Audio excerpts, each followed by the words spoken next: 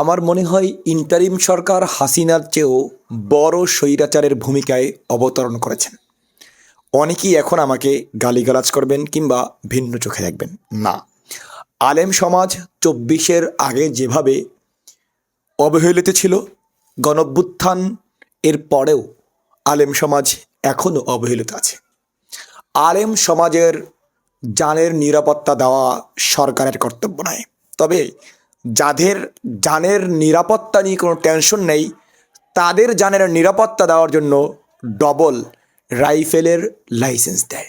মানে কি বলবো, আমরা ওলামায়ে কেরাম সর্বত্রেই, সব জায়গায়, সব সময়, সব ক্ষেত্রেই বৈষম্যের শিকার।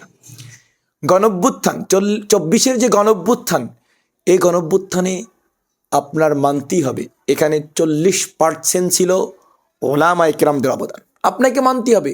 আমাকে ২৪-এর গণঅভ্যুত্থানের এমন একটি মিছিল দেখান যেই মিছিলের দাড়িওয়ালা টুপিওয়ালা ছিল না। এমন একটি মিছিল দেখান, এমন একটি আন্দোলন দেখান, এমন একটি তারিখ দেখান যেই তারিখের গণঅভ্যুত্থানে শাহবাগে কোনো দাড়ি টুপিওয়ালা ছিল না, দেখান। অথচ আজকের সেই দাড়ি টুপিওয়ালাদের সাথে বৈষম্য কেন? ইন্টারিম আসলে কিসের ইন্টারিম? ইন্টারিম না তো, এটা ডিম, আন্ডা। কেন আন্ডা বলেছি আপনারা জানেন। বর্তমান সময়ে বাংলাদেশের মধ্যে সবচেয়ে ঝুঁকিতে আছে তিন ব্যক্তি সবচেয়ে বেশি ঝুঁকিতে আছে। আল্লামা মামুনুল হক, যদিও ওনার ঝুঁকিটা কোন দিকে যাবে সেটা বলা যায় না। তার চেয়েও বেশি ঝুঁকিতে আছে হাসানাত আবদুল্লাহ, আর তার চেয়েও বেশি ঝুঁকিতে আছে মুফতি ফয়জুল করিম। কারণ বর্তমান সময়ে মামুনুল হক বিএনপির বিরুদ্ধে কোনো কথা বলে না, আলহামদুলিল্লাহ নিশ্চুপ। সে তার নিশ্চুপভাবে সে তার আসনে সে তার দলের প্রসার করে যাচ্ছেন। কিন্তু মুফতি ফয়জুল করিম সর্বত্রে সত্য কথা মানুষের সামনে তুলে ধরেন।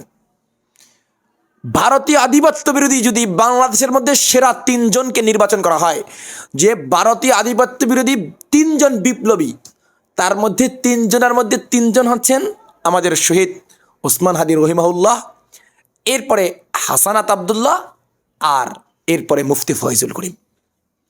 আজ মুফতি ফয়জুল করিমের দাড়ি টুপি না থাকলে অবশ্যই তাকে প্রাধান্য দিতেন, কিন্তু তার তো দাড়ি টুপি আছে, তা তো হুজুর, এজন্য তাকে আপনারা গুরুত্ব দেন না।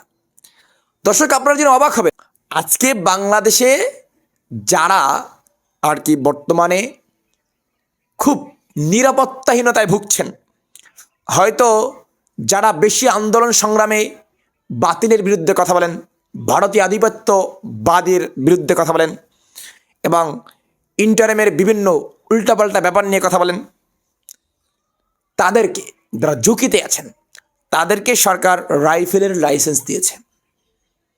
কিন্তু সেখানে মুফতি ফয়জুল করিম নাই, সেখানে আল্লামা মামুনুল হক নাই। কে আছে? আন্দালিব পার্থ।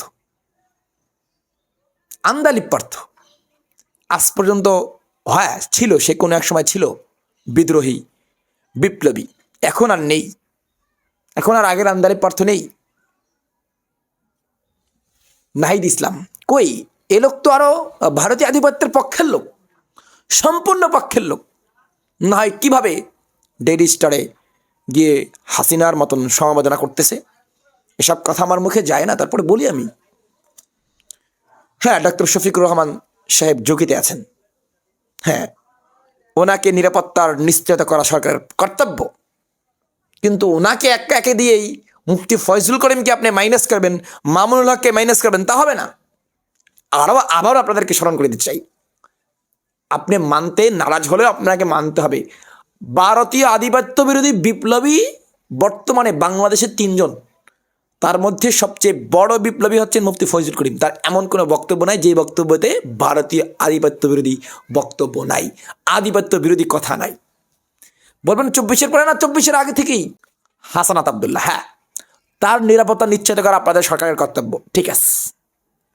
এরপরে সারজিস আলম, তাসনিম জারা, জুনায়েদ সাকি, যাকে চেনে না মনে হয় কেউ, এই আমাদের হয়তো কয়েকজন চেনে, তাছাড়া কেউ চেনে না। ফুয়াদ সাহেব, হ্যাঁ, সেও বর্তমানে খুব নিরাপত্তাহীনতায় ভুগছেন। যাই হোক না কেন, এসব আমার বলার উদ্দেশ্য না। আমি ইন্টারিমকে বলতে চাই, এই বৈষম্য তার কতকাল চালাবেন? আপনাকে তো রাষ্ট্র মেরামতের দায়িত্ব আমরা এনেছিলাম, আপনি মেরামত করলেন না তো। কিসের মেরামত করলেন আমাকে আপনি বলুন ইনসাফের সাথে। ডক্টর ইউনূস কিসের মেরামত করেছেন? আমার তো মনে হয় শেখ হাসিনা ওনার শত্রুকে, ওনার সময় অপরাধীকে ধরতে 2 দিন লাগতো না। হ্যাঁ, দেখেন আগের নিউজগুলো, 24 আগের নিউজগুলো, 2 দিন লাগতো না। আর আজকের এই যে ইন্টারিম সরকার, তার অপরাধীকে ধরতে মাস্টে একটাও পারে না। কেন? খোঁজ নিয়ে দেখে অপরাধী তো বিএনপি। তো বিএনপিকে ধরা যাবে না, সামনে তারা ক্ষমতায় আসবে, আমাদের উপর চাপ প্রয়োগ হবে। দেখছেন দেখছেন আজকে এত বড় একজন বাংলাদেশের ব্যক্তিত্ব মৃত্যুবরণ করলেন, শাহাদাত বরণ করলেন, কই তার শত্রুকে এখনো ধরতে পারলেন না। এই যে জুলকারনাইন সায়ের, উনি যে পোস্ট দিয়েছেন, যারা ওনাকে শহীদ করেছে তাদের বিভিন্ন মুহূর্তের বিভিন্ন ছবি ক্লিপ উনি যে গণমাধ্যমকে দিয়ে যাচ্ছেন, কই ইন্টারিমের তো তা নিয়ে মাথা ব্যথা নাই, তা নিয়ে কিন্তু আগাচ্ছেন না, মোটেও আগাচ্ছেন না। তাহলে কি আমরা বলতে পারি এই সরকার পুতুল, মাত্র মাত্র পুতুল? পুতুল ছাড়া কিছুই না। এই পুতুল সরকার আমরা চাই না। এই পুতুল সরকার আমাদের কোনো প্রয়োজন নেই। ওলামায়ে কেরামদের সাথে যারা বৈষম্য করবে তাদের আমাদের প্রয়োজন নেই। প্রত্যেক সরকার যারাই ওলামায়ে কেরামদের সাথে বৈষম্য করছে, বিজেপি দ্বারা টিকে থাকতে পারেনি। এই সরকারও না। মনে করছিলাম সে খুব ভালো সরকার হবে, না, মোটে ভালো সরকার না। সে কি করলো? ওলামায়ে কেরামদের সাথে বৈষম্য করলো সব কিছুতেই। ওলামায়ে কেরাম মরলে তো তার কোনো কিছু হবে না, তার আসবে না, যাবেও না।